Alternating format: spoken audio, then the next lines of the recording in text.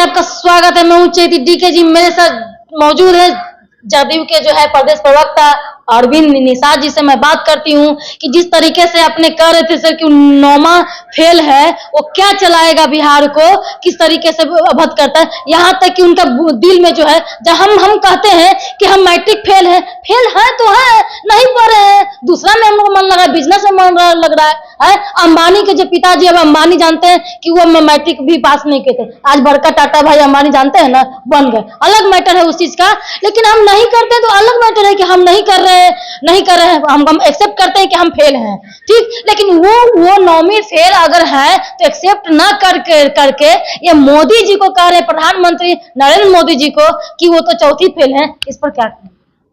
अब तेजस्वी जी की जो भाषा शैली है, वह भाषा शैली के लिए उनको लोग याद रखेंगे, लोग जानेंगे। देश और दुनिया के लोग उनको जानते हैं कि 9वीं फेल है। हमारे प्रधानमंत्री जी को देश और दुनिया के लोग सम्मानित कर रहे हैं। देश और दुनिया के कई देशों के लोगों ने अपने देश के सर्वोच्च सम्मान से सम्मानित किया है।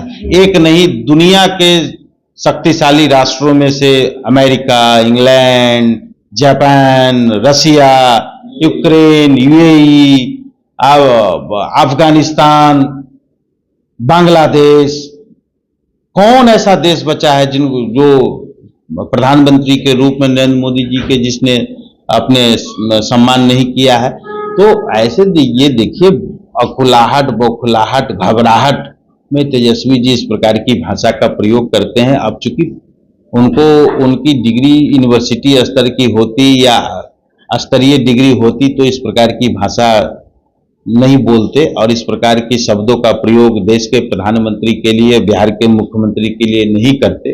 तो जिसकी जैसी भाषा शैली होती है, जिसकी जैसी परवरिश होती है, उसी के अनुरूप लोग बोलते हैं। इसको उसी दृष्टिकोण से देखने की आवश्यकता है। इससे ज्यादा इसमें कुछ कहा नहीं जा सकता है।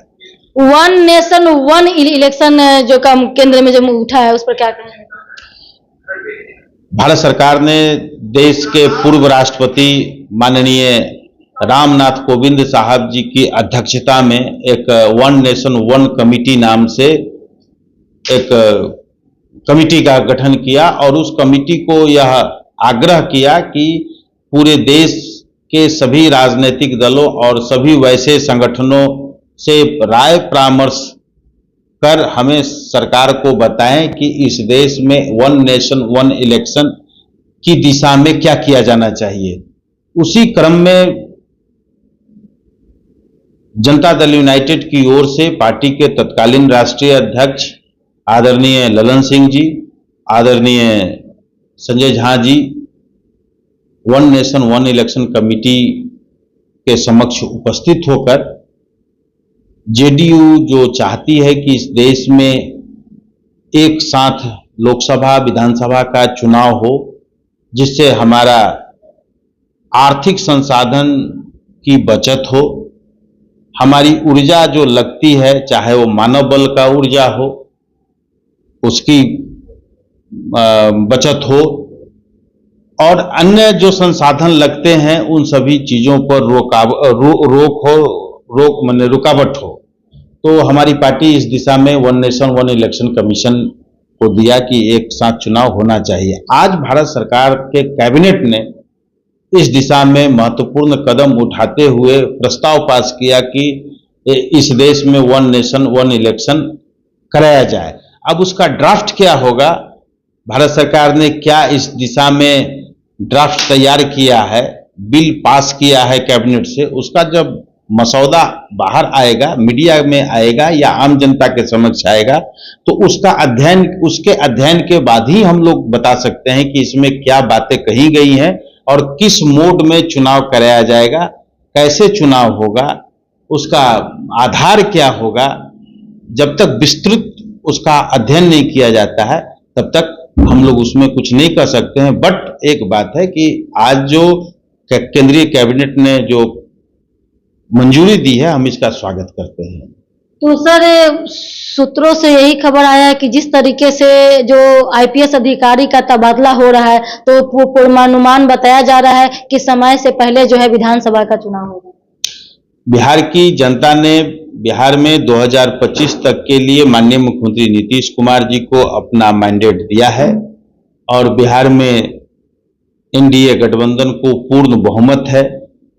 तो 2025 तक तयशुदा चुनावी कार्यक्रम है और उसके बाद ही सरकार इस दिशा में आगे बढ़ेगी, मुझे तो ऐसा ही लगता है। अब क्या अफवाहें चलता है, बाहर में क्या गॉसिप होता है, मुझे उन सभी गॉसिप से, उन सारी बातों से कोई लेना देना नहीं है।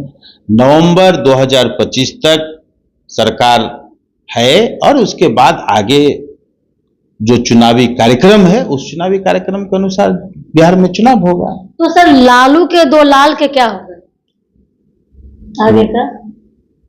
इस बार हम लोग उनको हराएंगे। जैसे 2010 के चुनाव में राबड़ी देवी सोनपुर से और राघोपुर दोनों जगह से हार गई, ठीक उसी प्रकार 2025 के विधानसभा में राघोपुर से तेजस्वी भी हारेंगे और तेज प्रताप भी हारेंगे। तो उनका तो दोनों लाल को तो समन आ गया, इस पर क्या? नौकरी दीजिएगा और जमीन लीजिएगा तो समन आएगा ना। नीतीश कुमार जी इन 18 वर्षों में बिहार के लाखों युवक युवतियों को नौकरी देने का काम किया। तो सर आगे जो लालू जी के लाल का भविष्य, अरे मुझे पूरा करने दीजिए। नीतीश कुमार जी लाखों युवक युवतियों को नौकरी देने का काम किए, किसी से तो जमीन नहीं लिखवाया है।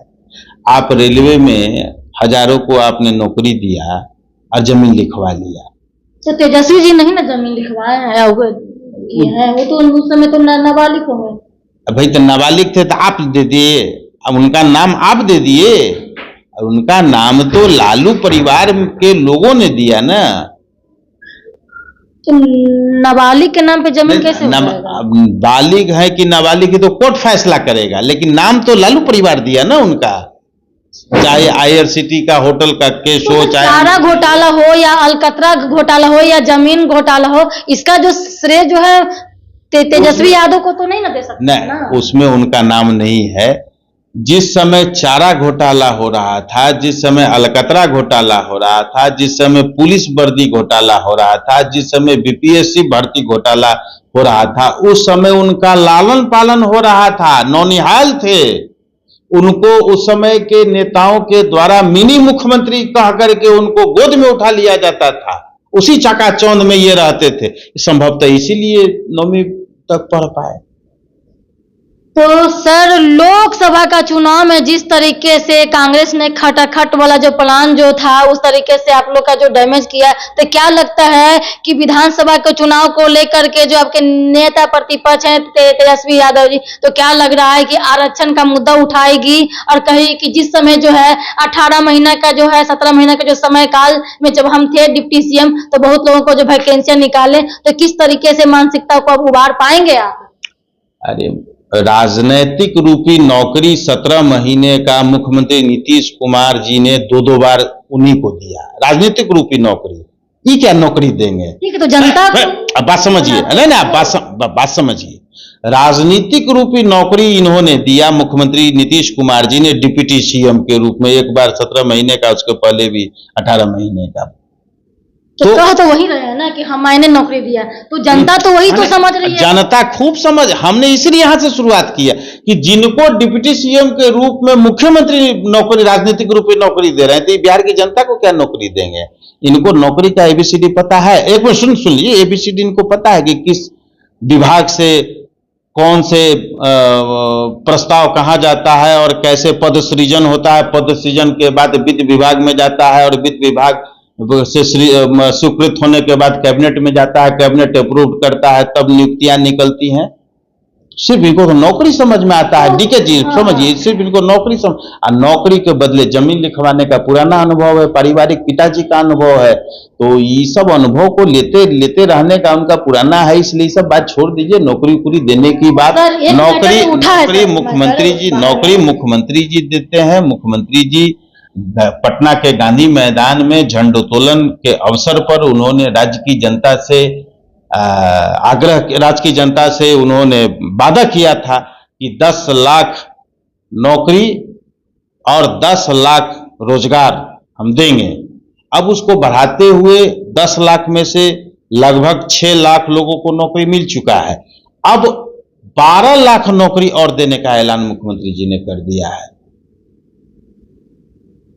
तो 12 लाख के दिए हैं, लेकिन उन जनता को मैंने पब्लिक ओपिनियन की हूँ, जो न्यू जनरेशन है वो कहते हैं कि तेजस्वी भैया जिंदाबाद, तेजस्वी होता तो हमें इतना नहीं दिया ये नौकरी, तो उसको किस दिमाग को कैसे कर पाएंगे आप? वो जो तेजस्वी भैया जिंदाबाद, तेजस्वी भैया नौकरी देंगे, वो जो करने वाले लोग हैं ना, उनकी भी डिग्री तेजस्वी भैया के समान है।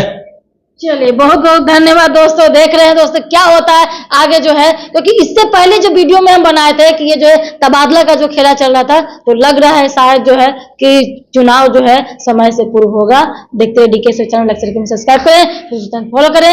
जय हिंद।